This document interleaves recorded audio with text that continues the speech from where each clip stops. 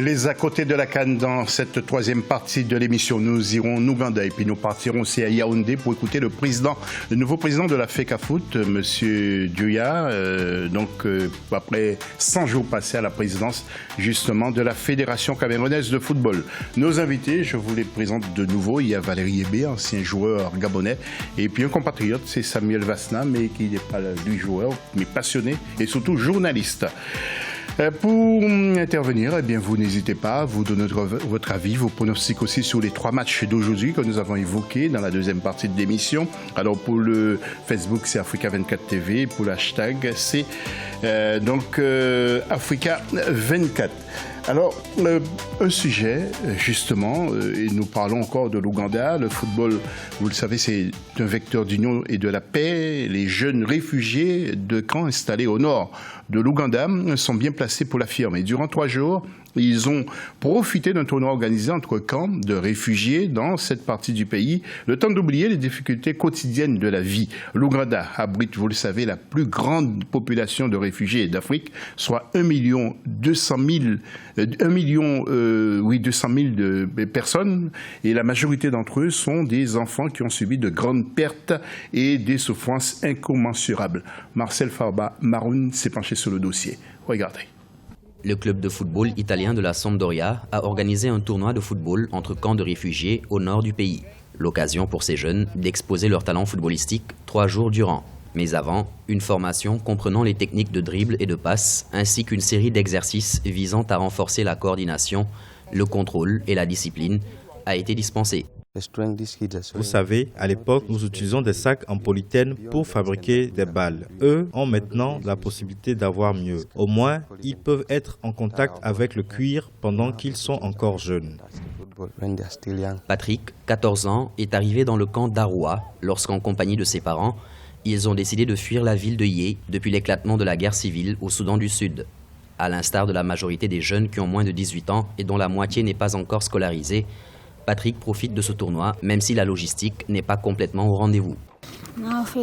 Quand je joue au football, je suis heureux. Je me considère comme un membre important de la communauté et je peux partager mes idées avec d'autres personnes. Dans ma façon de jouer au football, les gens m'appellent Anthony Martial, mais je pense que je joue comme Mo Salah. Ce sont au total 64 jeunes qui ont pris part au tournoi.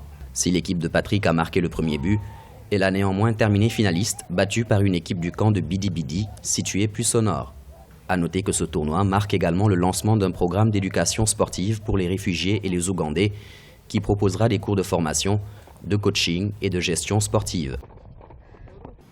Mais c'est un petit mot rapide, c'est toujours frustrant et ça fait toujours de la peine aussi de voir surtout des jeunes enfants comme ça réfugiés. Oui, mais José, quand on parle de projet sportif pour une fédération, pour une équipe nationale, de voir qu'un pays met en place pour les plus jeunes, surtout dans ce contexte-là où il y a des Ougandais, il y a des réfugiés, met en place déjà un certain cadre, une certaine structure pour les jeunes et qu'il y a, comme on l'a entendu, un plan d'éducation prioritaire pour le sport.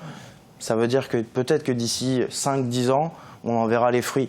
Et ce sera une grande réussite, je pense, même ça dépasse le football, là, de la part du pays, des Ougandais, d'avoir réussi à construire une nouvelle période, une nouvelle dynamique avec le sport. Et ça profitera toujours au pays, de toute façon. On le sait en Afrique, quand un sportif est connu, il fait du bien à l'image de son pays. Ouais, et Valérie, en un mot, couper un enfant de son père, de sa mère, c'est très dur quand même. C'est dramatique. Ouais. On va dire que d'une situation difficile, le football, le sport a fait en sorte que cela soit oublié, du moins dans les moments qui nous ont été présentés.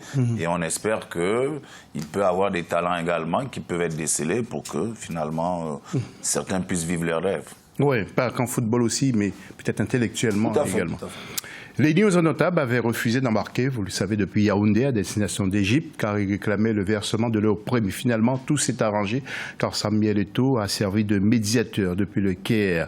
Donc, les hommes de Clarence Seedorf sont arrivés dans les délais sur place. Pendant ce temps, le nouveau président de la FECAFOOT, M. Seydou Dioya, a tenu une conférence de presse pour faire un premier bilan sur sa mandature après 100 jours devant les médias nationaux et internationaux. Je vous laisse écouter un extrait que nous avons recueilli pour vous. S'agissant de nos relations avec les acteurs du football, je dirais que les efforts se poursuivent pour établir la confiance entre nos différents partenaires. Comme vous le savez, la fédération n'avait plus de crédit, plus de respect, et c'était un dur combat pour nous de renouer avec nos partenaires.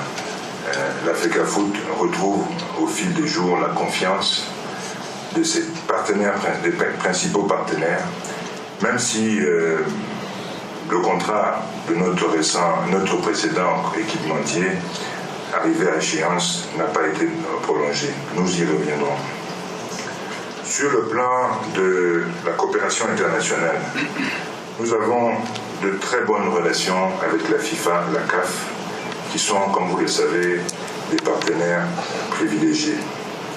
J'ai moi-même été reçu dès l'entame de mon mandat par le président Ahmad Ahmad, qui m'a accordé une première audience, et c'était au début du mois de janvier, et par la suite, j'ai été reçu également par le président Gianni Infantino, avec qui nous avons énormément échangé sur la future collaboration.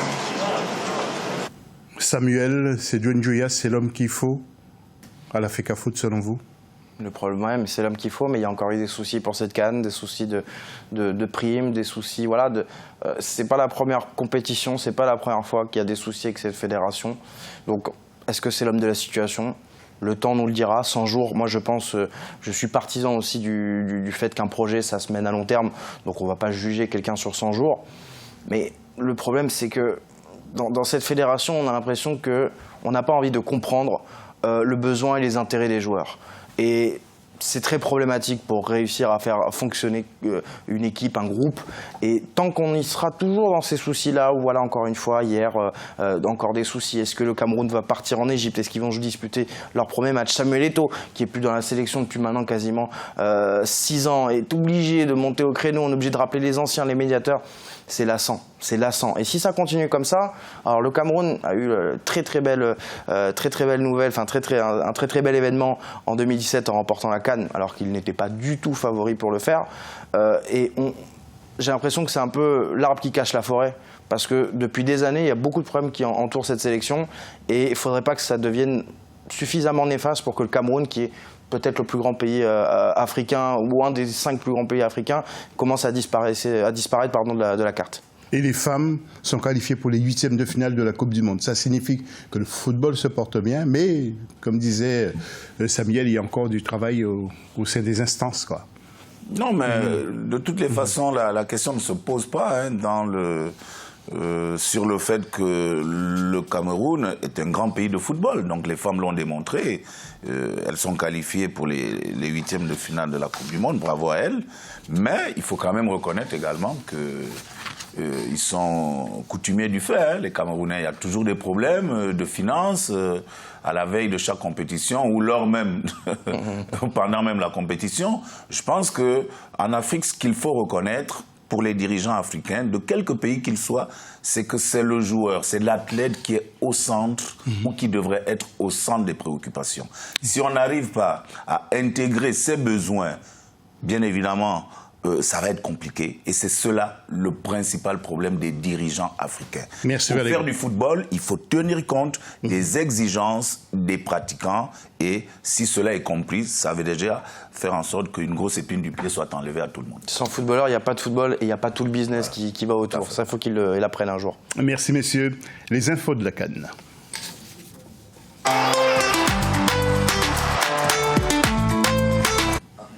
Et John Obi Mikel a laissé entendre que son parcours avec les Super Eagles du Nigeria pourrait bientôt prendre fin, affirmant que la Coupe d'Afrique des Nations Total 2019 pourrait être sa dernière. Il est âgé de 32 ans.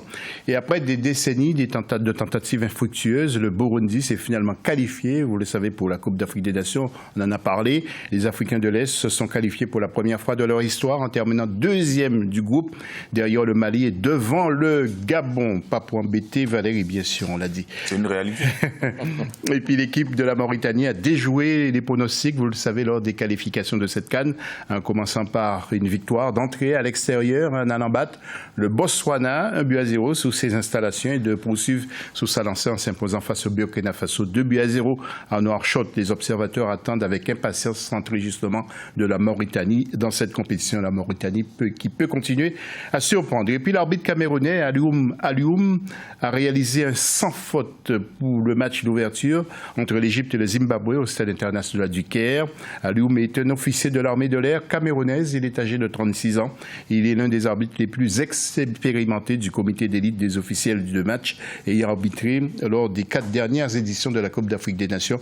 Et il faut aussi préciser que M. Alioum a également participé à la Coupe du Monde au Brésil. C'était en 2014. Un clin d'œil maintenant, si vous le voulez bien, sur les affiches de ce dimanche 23 juin avec Sénégal, Tanzanie, Algérie, Kenya en groupe C et puis Maroc, Namibie en groupe D.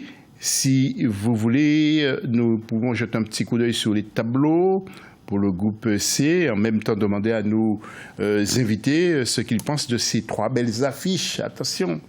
Que de belles affiches. Samuel, pour commencer. À demain, entre la CAN, la Copa América, la Coupe du Monde féminine, on va pas pouvoir quitter la télévision. Non, demain, je pense qu'on va avoir déjà des indications sur les favoris, c'est important. Quand je dis les favoris, c'est le Sénégal qui fait partie pour moi avec l'Égypte des deux principaux favoris, et l'Algérie qui peut être un petit outsider, et le Maroc qui lui par contre arrive avec beaucoup plus d'assurance. Il y a un coach qui est Hervé Renard, qui a gagné avec la Zambie, qui a gagné avec la Côte d'Ivoire, qui connaît très bien le continent. Donc je pense que demain on va aussi avoir un petit curseur sur le niveau de ces équipes-là qui normalement sont censées être là au moins jusqu'en demi-finale. Messieurs, exercice qui vous concerne, c'est l'heure des pronostics de nos invités.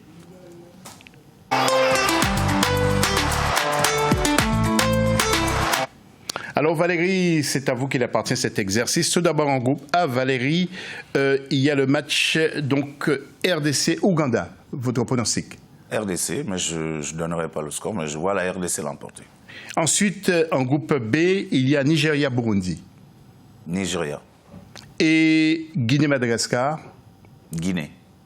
Pas de score, hein? Vous ne voulez pas donner de chiffres? Non, mais je vois en fonction des forces et des faiblesses en présence, je ne peux pas donner le score, mais je vois les équipes, ou du moins, je peux citer les équipes qui, pour moi, peuvent l'emporter. Samuel, tout d'abord, RDC-Ouganda. On va dire que la RDC va réussir son entrée dans la compétition. 1-0 pour le Congo. Et Nigeria-Burundi. Je pense que le Nigeria, malgré l'épisode d'hier, est au-dessus. 2-0 pour le Nigeria. Et Guinée-Madagascar. Je vois bien une surprise, un partout ce soir. Je vois bien la Guinée commencer une compétition un peu dangereusement. Merci messieurs pour ce pronostic. Avant de clore cette émission, je voulais juste vous dire de ne pas oublier que nous avons 2 équipes africaines encore en Coupe du Monde de football, Coupe du Monde féminine bien sûr, et en 8e de finale. N'oubliez pas Allemagne-Nigeria ce samedi 22 juin à 17h30 à Grenoble. Il sera 15h30 GMT, puis l'autre match, c'est demain dimanche, Angleterre-Cameroun, à 17h30 à Valenciennes, soit 15h30 GMT. Messieurs, 20 secondes. Un petit mot, peut-être sur les filles, rapide, vraiment 20 secondes. Parce que le Nigeria a fait une belle prestation contre la France et dans ce groupe, donc je pense que ça va être compliqué contre l'Allemagne, mais pourquoi pas. Et puis le Cameroun a cherché sa victoire contre la Nouvelle-Zélande, donc ils vont être sur une bonne dynamique. Après, ils vont jouer des équipes qui sont censées être meilleures sur le papier. Valérie, rapide. Bien, mais moi je souhaite Coupe du Monde féminine oblige, et puis j'ai appris à apprécier le football féminin africain, parce que là, ça n'a pas été facile. Le Cameroun l'a démontré. C'est un match à élimination directe, donc tout est possible, même si je pense que physiquement, ces équipes-là vont commencer à piocher un peu. Mais bon, tout reste possible avec le cœur pour pouvoir faire une bonne prestation et pourquoi pas l'emporter et se qualifier. Merci à nos invités, merci à l'ensemble des téléspectateurs. On se donne rendez-vous demain à la même heure, même plateau, même chaîne pour le numéro 3 de la CAN Égypte 2019. Total Égypte 2019. À demain.